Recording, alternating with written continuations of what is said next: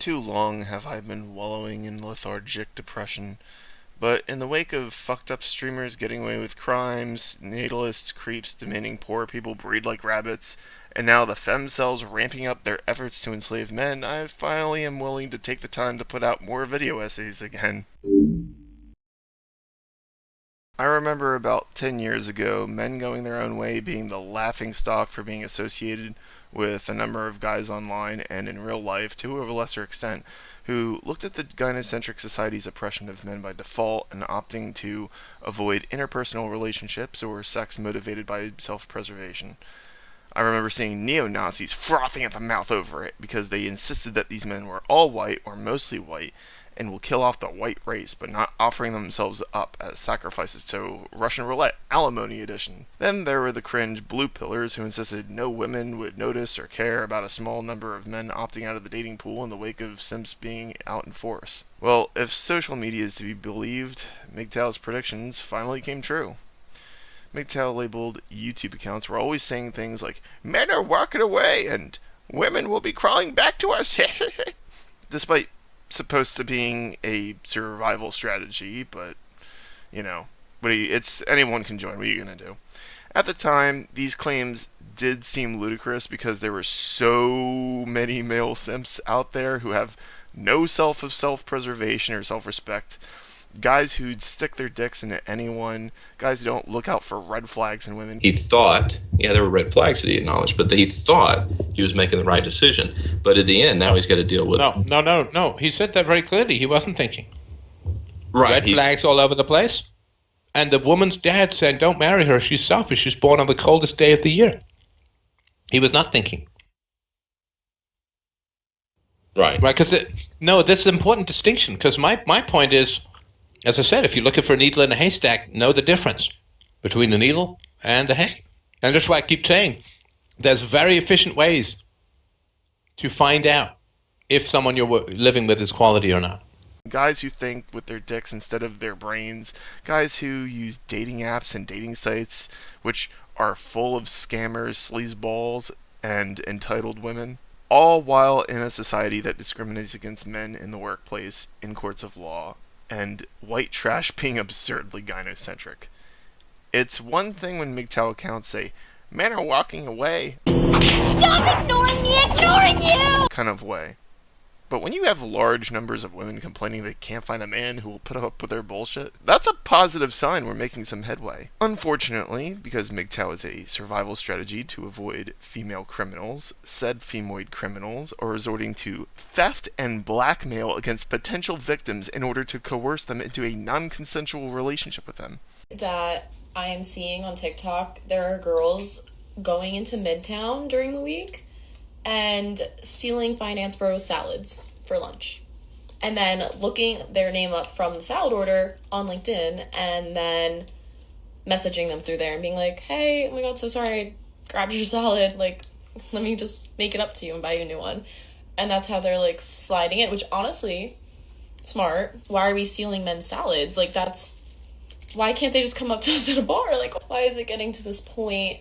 Men, just please step up or your salad's gonna fucking get taken. Your lunch is gonna get taken every week. Like, I'm seeing girls get so creative these days. Like, they're making bracelets with their phone numbers on them and giving them to you guys at the bars. They are taking pictures of you sneakily and then being like, "Hey, oh my god," making it their phone screen and then being like, "Hey, can you take a picture of me and my friends so you can see that your picture is their home screen?"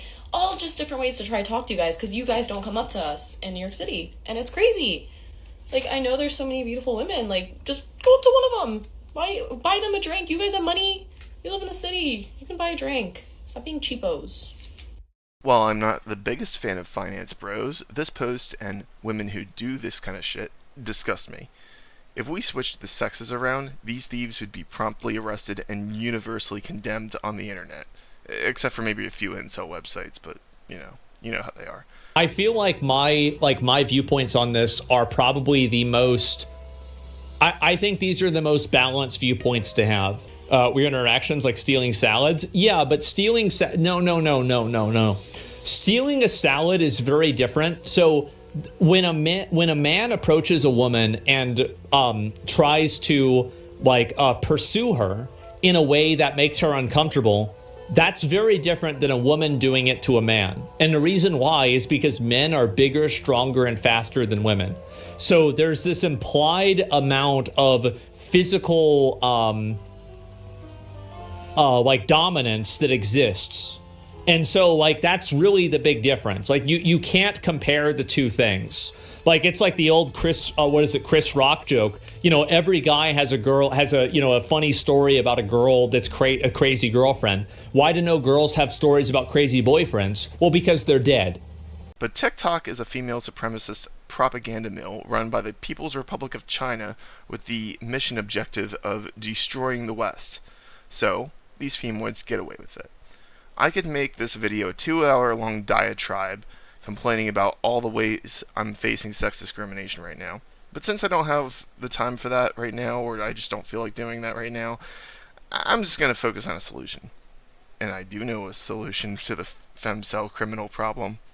A final solution. I mentioned before in a previous video that Anthem Blue Cross Blue Shield scrapped a policy change that would have limited coverage for anesthesia services exceeding specific time limits for certain procedures. The catalyst for Anthem backpedaling was not realizing creating such a policy change was cruel and a wrong thing to do. Anthem only scrapped that plan after the CEO of a healthcare insurance company, who was responsible for creating an algorithm that automatically denied coverage claims, was assassinated by a disgruntled victim. Said assassin threw his own life away, just so something would get done. In this video of mine, and in the discussion that I had after that, I explained how Americans are only motivated to do good things when threatened by violence to do so. Slavery ended because the slave states revolted and the United States put them down by force in a civil war. Muslims being respected by most people except for Republicans. After 9/11 and other terrorist attacks, most Americans just try to get on with their lives, tread carefully, and are afraid to upset Muslims. Bullying in school. Zero tolerance might have failed in its goal, but bullying only seemed to be taken seriously after Columbine. Not because anyone gave a damn about the victim's pain, but just because they're afraid the victims might retaliate. See where I'm going with this? Consider the fact that women are known for feeling disinhibited to doing domestic violence or vandalizing men's belongings. But even those same individuals tread carefully when it comes to rejecting men out of fear that those men will attack or kill them. All I want you to keep in mind is, if men started unaliving women who vandalized their property and unalived the male simps who attack men who defend themselves against female attackers, you wouldn't be seeing TikToks like this anymore bragging about this sick shit. Now, I know what some of you are thinking. Oh, but Amnat, I don't want to go to jail. Yeah, here's the thing about that.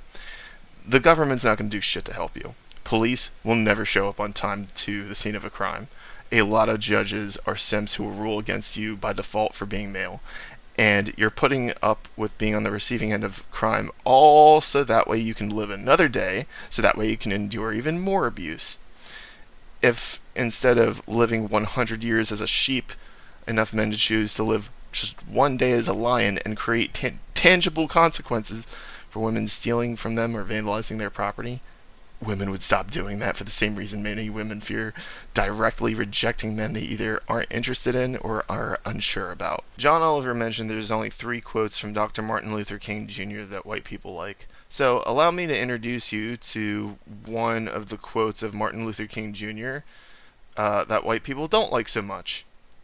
Coupled with the assassination of Brian Thompson, this helped me reach my conclusion. In MLK's 1967 speech, The Other America, he says this: In the final analysis, a riot is the language of the unheard. What is it that America has failed to hear? It has failed to hear that the plight of the Negro poor has worsened over the last few years. It has failed to hear that the promises of freedom and justice have not been met.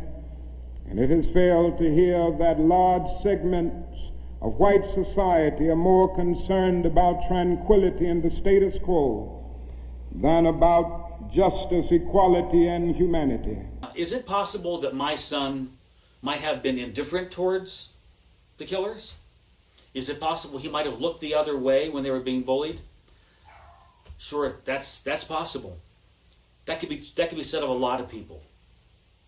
That could be said of you probably also, but you could have done the same thing. But you know, that's not a reason for being shot. For that matter, being a bully is not a reason for being shot. And so in a real sense, our nation's summers of riots are caused by our nation's winters of delay. And as long as America postpones justice, we stand in the position of having these recurrences of violence and riots over and over again. Social justice and progress are the absolute guarantors of riot prevention. In the face of universities and companies explicitly discriminating in men by default via the misnomer DEI, TikTok, and Reddit intentionally spreading misandrous propaganda, and now Femcels who not only feel entitled to male victims to steal from, feeling disinhibited through enough to steal from them in order to blackmail them into dating them, I could replace black people with men and white people with Femcels, and it would still be true. Of course, I'm not telling you to Swiss cheese your crazy ex. All I'm saying that, if enough men did do that, America would finally be great again. Buy weapons now.